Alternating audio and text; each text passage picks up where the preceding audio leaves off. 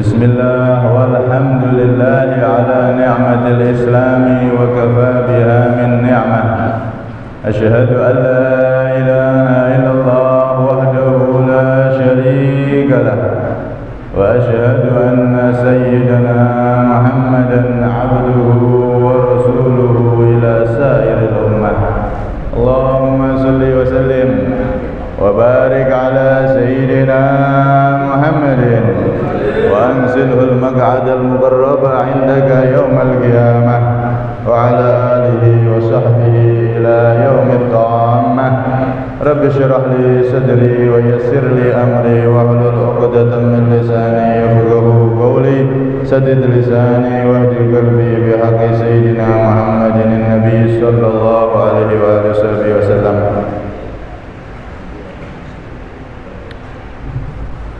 Dusturakum ya ahla jarqi wa ya ahla al-batin wa ya ahla nabati wa ya ahla nur.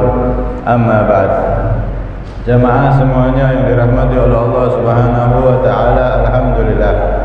Kita semua diizinkan kembali untuk berkumpul di tempat yang mulia ini untuk sama-sama kita mengkaji, menghidupkan ilmu warisan Nabi sallallahu alaihi wasallam. Semoga kita semua diberi panjang umur, sehat wal afiat, terkabul segala hajat, setelah itu diberi kesempurnaan husnul khatimah. Amin Allahumma amin. Qala al-musannif radhiyallahu anhu wa nafa'ana bihi fid darain amin. Wa ka'an yaqula law amarani Allahu bikada lam af'alhu aw law saratil qiblatu fi jihati kada ma sallaitu ilaiha aw law a'tani Allahu al-jannah ma dakhaltuha mustakhiffan aw mudhiran lil 'inadi fil kulli. Wa ka'an yaqula, dan seperti seseorang itu berkata, termasuk perkataan yang bisa menjadikan murtad. Berkata apa? Lau amarani Allahu bikada, andaikan Allah memerintahkan aku bikada dengan seperti ini, dengan melakukan sesuatu, lam af'alhu, maka aku tidak akan mau melakukannya. Ada orang ngomong, andaikan Allah memerintahkan sesuatu kepadaku, aku gak sudi ngelakoni, aku gak akan lakukan itu. Omongan seperti ini kalau bernada meremehkan bisa murtad, walaupun andaikan. Au law saratil qiblah fi jihati kada, atau dia ngomong begini, andaikan kiblat itu berada di arah ini, andaikan kiblat itu dipindah oleh Allah ke arah sini, ke arah tertentu, ma shallaitu ilaiha, maka aku enggak akan mau sholat menghadap kiblat tersebut. Jadi Allah andaikan memindah kiblat, aku nggak mau pindah kiblat. Nah, perkataan ini bahaya, bisa menjadikan murtad. Atau dia berkata, lau a'tani Allahul jannah ma dakhaltuha, andaikan Allah memberiku surga, aku nggak mau masuk, aku nggak akan memasukinya. Mustakhiffan, perkataan ini juga bisa menjadikan murtad. Tiga perkataan ini tadi, jika mustakhiffan dengan meremehkan, bernada meremehkan, au mudhiron, atau menampakkan lil inadi, pada pertentangan, nantang Allah, filkul, di dalam semuanya tadi itu, semua contoh tersebut. Hadirin yang dirahmati oleh Allah Subhanahu wa taala, dilanjutkan kembali oleh beliau perkataan-perkataan yang bisa menjadikan murtad.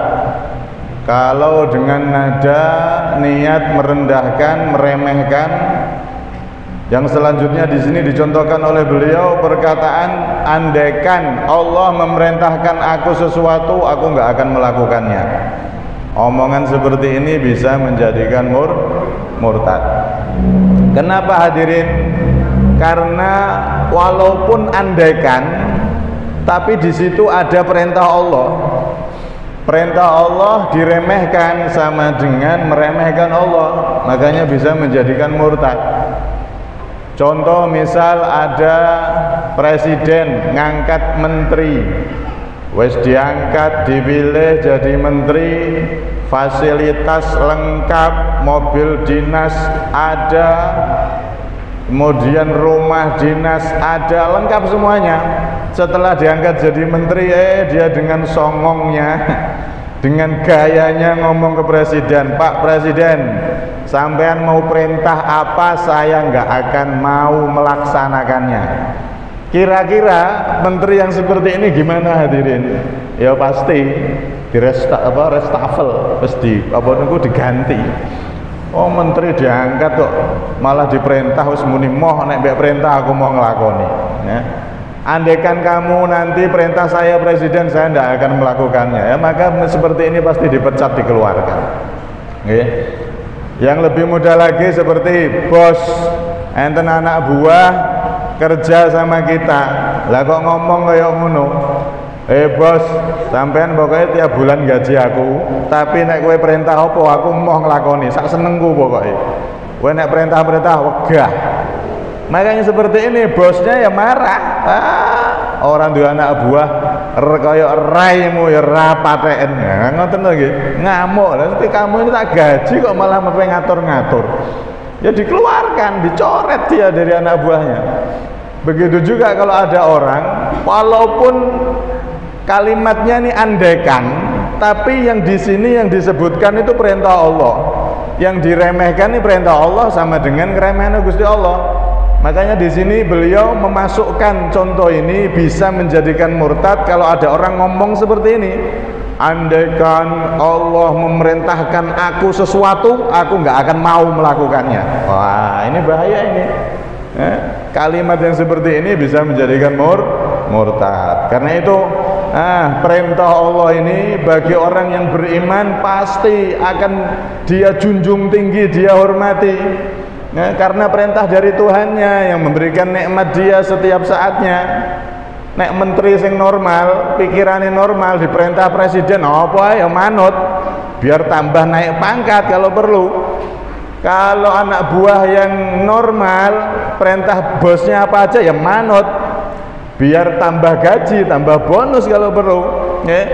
Begitu juga orang yang beriman, perintah Allah dia akan siap untuk melaksanakannya dengan sebaik-baiknya dan tidak berani bermain-main dengan perintah Allah Subhanahu wa ta'ala. Enggak berani dibuat permainan, dibuat ejekan dengan kata-kata dan lainnya, ya.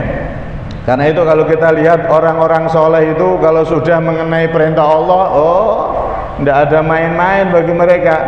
Sampai Ba'dus Sholihin itu mengatakan wadidtu anna jismi kurido bil maqarid wa anna hadal khalqa kullahum Allah azza wa jal. Aku ini suka, aku ini seneng andaikan tubuhku ini digunting-gunting dengan gunting raksasa, dipotong-potong, dicincang-cincang, nggak apa-apa, asal semua makhluk Allah ini faham, taat sama Allah, betapa agungnya perintah-perintah Allah Subhanahu wa ta'ala. Asal orang-orang ini tidak main-main dengan perintah Allah, andaikan boleh semuanya bisa taat, asalkan apa itu mereka mau taat semua, aku siap untuk digunting-gunting tubuhku, dicincang-cincang pakai gunting raksasa, pakai gunting yang besar. Ini menunjukkan saking takdimnya penghormatan orang-orang soleh itu dengan perintah-perintah Allah Subhanahu wa ta'ala. Bukan malah dibuat candaan. Nek Gusti Allah merintah loh, aku mau. Misal enten wong dilekno koncone, kowe iki yo mbok yo aja nakal terus, tobato lo tobato. Dengan songongnya malah ngomong, lho kowe iki sapa? Kok ngongkon aku tobat lho? Umpama Gusti Allah sing ngongkon aku langsung lho aku mau tobat. Lha kowe iki sapa? Nah, perkataan seperti ini bisa murtad itu. Hati-hati. Kalau sampai seperti itu mengatasnamakan Allah, kowe iki sapa kok ngongkon aku tobat? Umpama Allah sing ngongkon tobat langsung lho aku mau. kowe iki sapa kok pengen ngongkon-ngongkon. Nah, perkataannya seperti itu kadang-kadang keluar hadirin. Nah, itu bisa jadikan murtad wal iyadzubillah min dzalik.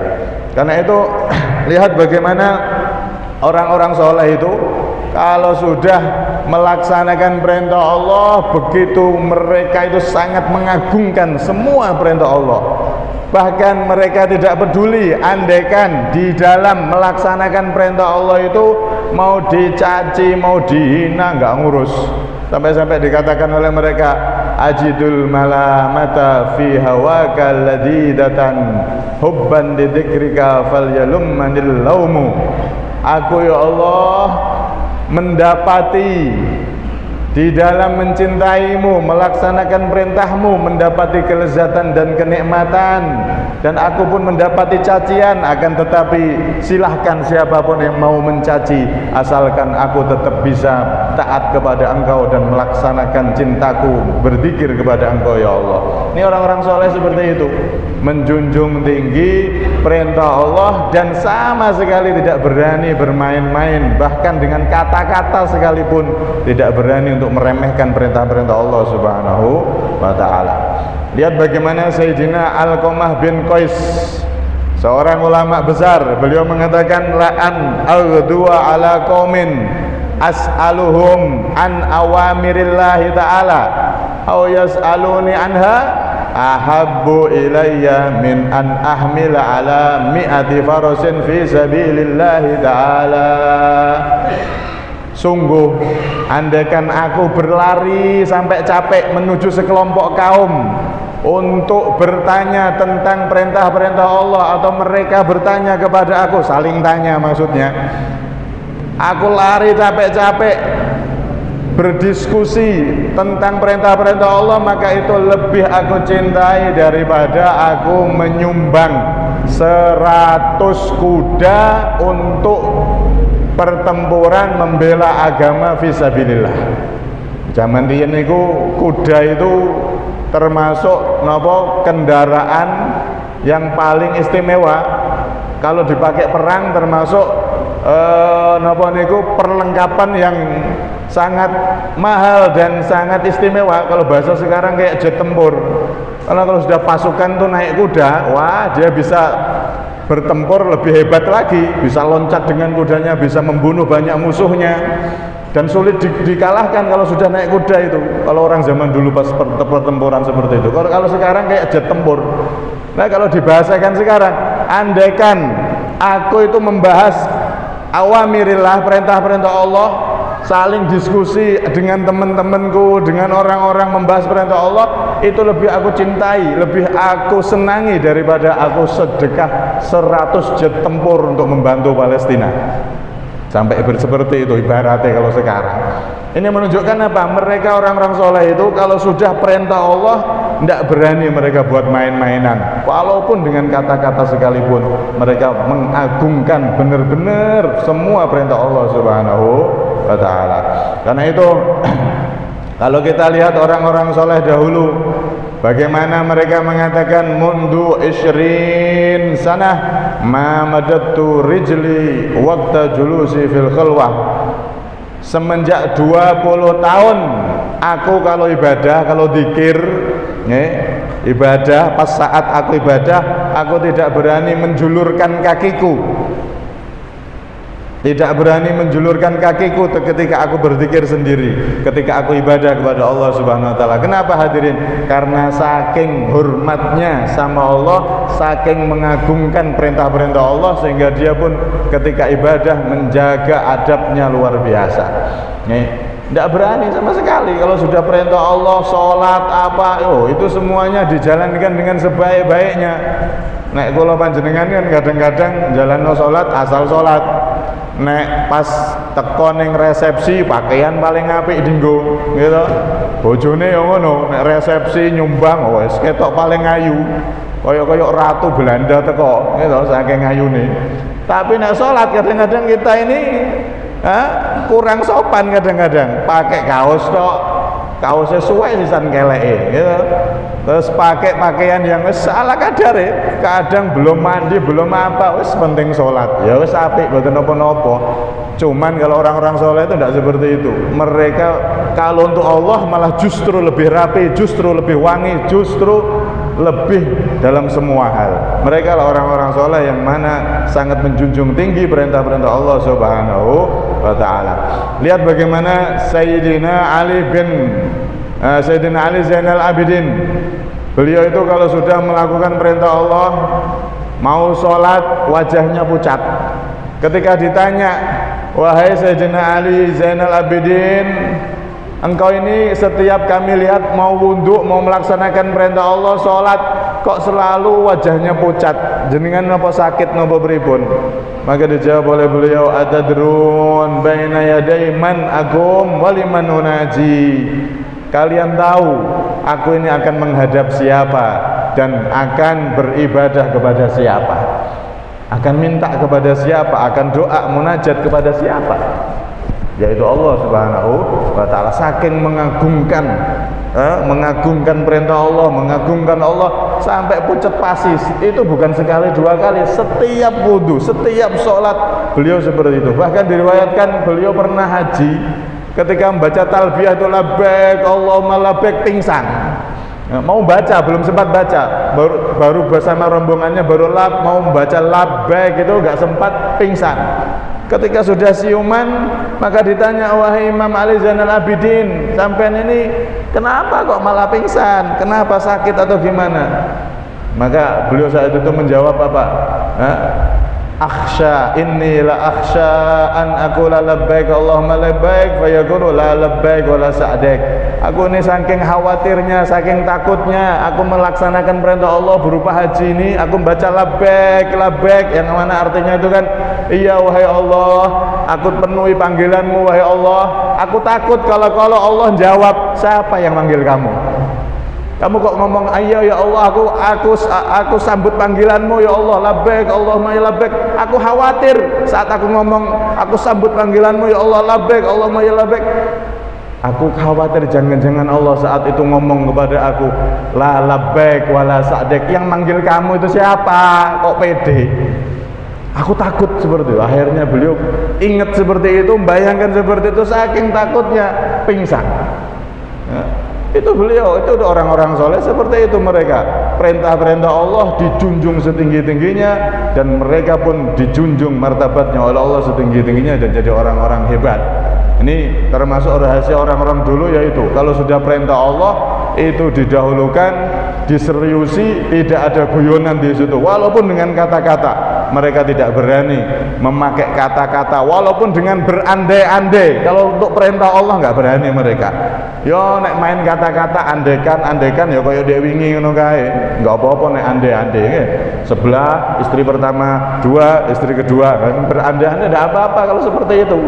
Tapi kalau sudah perintah Allah, andaikan Allah memerintahkan aku melaksanakan ini, aku nggak akan mau melaksanakannya. Wah, ini bisa murtad seperti itu, omongan seperti itu, walaupun berandai-andai. Kenapa? Karena dia bermain-main dengan perintah Allah. Kalau sudah bermain-main dengan perintah Allah, maka dia pun berarti sama dengan meremehkan Allah Subhanahu wa ta'ala. Waliyadu billah min dzalik. Kemudian yang kedua, hadirin, perkataan yang bisa menjadikan murtad selanjutnya di pembahasan ini, lau saratil qiblah fi jihati kada ma shallaitu ilaiha. Termasuk bisa jadikan murtad lagi adalah kalau ada orang ngomong, andaikan Ka'bah itu pindah, kiblat itu dipindah sama Allah ke arah ini, maka aku nggak mau sholat lagi, aku nggak mau. Andaikan ini, ya, andaikan Ka'bahnya dipindah ke Allah, mau sholat aku. Ya. Contoh misal ada orang dilekno temen nih, mbok yo sholat oh kowe wis saiki wis mulai tuwa lho, umurmu 40 swidak, 40 50 swidak wis tuwa, wis di anak akeh ngono kok. Mosok ya ngono wae bendina gak pernah salat. Kalau ngerti kanca-kancane dhewe akeh sing wis do mati. Ndek ingin nek kabar kae pas Ramadan wong sing terkenal sak desa kenal kabeh lho, moro-moro ninggal padahal sehat waras wiris, ndok ana penyakit apa-apa ninggal, gak wedi to. Mbok yo salat ngono. Nah, kemudian misalkan si temennya ini jawab, lah sholat, umpama lho Ka'bah dipindah ning ngarep omahku, aku lho mau sholat. Gusti Allah mindak Ka'bah ning jero omahku lho aku mau sholat. Aku jek pengen ngene wae kok lapo. Nah, perkataan yang seperti ini bisa jadikan murtad hadirin. Umpama Allah memindah Ka'bah bahkan di depan rumahku, nek perlu ning ngarep ning jero kamarku, aku lho mau salat, aku jek pengen ngene-ngene sik kok. Nah, perkataan yang seperti ini itu bisa menjadikan murtad. Kenapa hadirin? Karena ada Allah dilibatkan di situ. Andaikan Allah mindah Ka'bah aku mau salat, ini yang jadi berat hadirin. Itu yang bisa menjadikan murtad. Kenapa? Karena penghinaan itu sama Allah, penistaan itu sama Allah. Walaupun cuma berandai-andai, tapi nggak boleh Allah dipakai berandai-andai yang seperti itu. Itu bisa menjadikan murtad. Nah, kalau pemindahan Ka'bah jelas tidak mungkin hadirin. Ka'bah, kiblat itu sudah menghadap Ka'bah selama-lamanya sampai hari kiamat, sampai nanti Imam Mahdi datang. Nah, kalau di zaman Nabi Muhammad dulu memang pernah sempat Ka'bah itu alias kiblat maksudnya itu dipindah oleh Allah. Beliau ketika hijrah ke Madinah, dulu ketika di Mekah sholatnya menghadap Ka'bah, tapi ketika beliau hijrah ke Madinah, saat itu beliau diperintah oleh Allah, pas saat itu beliau sholat di Masjid Bani Salamah, sholat duhur di daerah Madinah. Kemudian saat itu diperintah oleh Allah, fawalli wajhaka, sebelumnya itu Rasulullah diperintah oleh Allah untuk menghadap Baitul Maqdis Palestina, Masjidil Aqsa. Jadi pas sholat duhur dapat 2 rakaat, Rasulullah menghadap Ka'bah. Pas 2 rakaat itu turun wahyu supaya menghadap ke Baitul Maqdis. Maka Rasulullah akhirnya pas rakaat yang ketiga sama keempat itu menghadap ke balik badan hadirin, menghadap ke Baitul Maqdis. Kemudian Rasulullah jalan menjadi imam di depan, sahabat semua pun balik ke sana. Jadi 2 rakaat menghadap ke Ka'bah Mekah, 2 rakaat menghadap ke Baitul Maqdis. Nah, Rasulullah jalan, cuman jalannya ada caranya. Makanya disitulah keluar ilmu fikih. Kalau ada soft yang bolong, maka kita yang berada di lurusnya pas, itu sunnah untuk masuk menutup soft tersebut. Tapi cara jalannya harus hati-hati, jangan langsung tek-tek, ya, teng telu batal. Cara jalannya 1 langkah, kemudian berhenti sekira-kira subhanallah alhamdulillah wala ilaha illallah Allahu akbar, kemudian selangkah berhenti sejenak, terus seperti itu. Walaupun sampai panjang tidak apa-apa hadirin, kalau kita melangkahnya itu ada jeda tadi itu. Nah, Rasulullah saat itu 2 rakaat menghadap Ka'bah, 2 rakaat menghadap Baitul Maqdis. Setelah turun perintah itu lama hadirin, disuruh pindah kiblat itu lama, sampai disebutkan dalam riwayat banyak itu, termasuk salah satunya di Ruhul Bayan, di kitab Ruhul Bayan itu sampai terjadi pindah kiblat itu menghadap Masjidil Aqsa. Sholatnya Rasulullah dan para sahabat saat hijrah ke Madinah itu selama 16 bulan. Sittata asyara syahron, 16 bulan, setahun lebih nih, setahun lebih 4 bulan itu menghadap Baitul Maqdis lama. Cuman Rasulullah itu rindu, cinta sama tanah airnya Ka'bah, pengen menghadap Ka'bah lagi. Akhirnya Allah Allah menurunkan firman-Nya, qad nara taqalluba wajhika fis samaa falanwalliyannaka qiblatan tardaha fawalli wajhaka syatral masjidil haram. Di ayat ini Allah menginformasikan bahwasanya Nabi Muhammad itu sangat cinta dengan Mekah yang menjadi tanah airnya, dan Allah tahu Nabi Muhammad itu sebetulnya pengennya menghadap Ka'bah, tapi karena diperintah Allah menghadap Baitul Maqdis, ya beliau lakukan sampai lama 16 bulan tadi itu. Akhirnya sudah 16 bulan Allah pun memerintahkan kembali untuk pindah menghadap ke Ka'bah yang ada di arah Mekah sampai sekarang.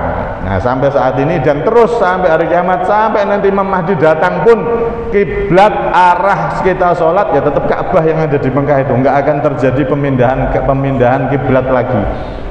Mustahil dan tidak akan terjadi lagi.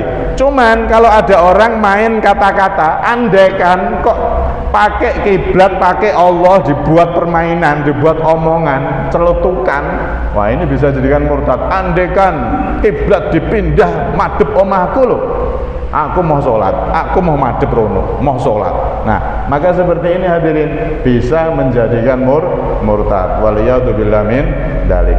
Kemudian yang terakhir hadirin, lau a'tani Allahul jannah ma dakhaltuha. Termasuk perkataan yang bisa menjadikan murtad, ada orang ngomong, andaikan Allah ngasih aku surga, aku mau melebu. Gusti Allah ngekei aku surga lah, aku mau melebu.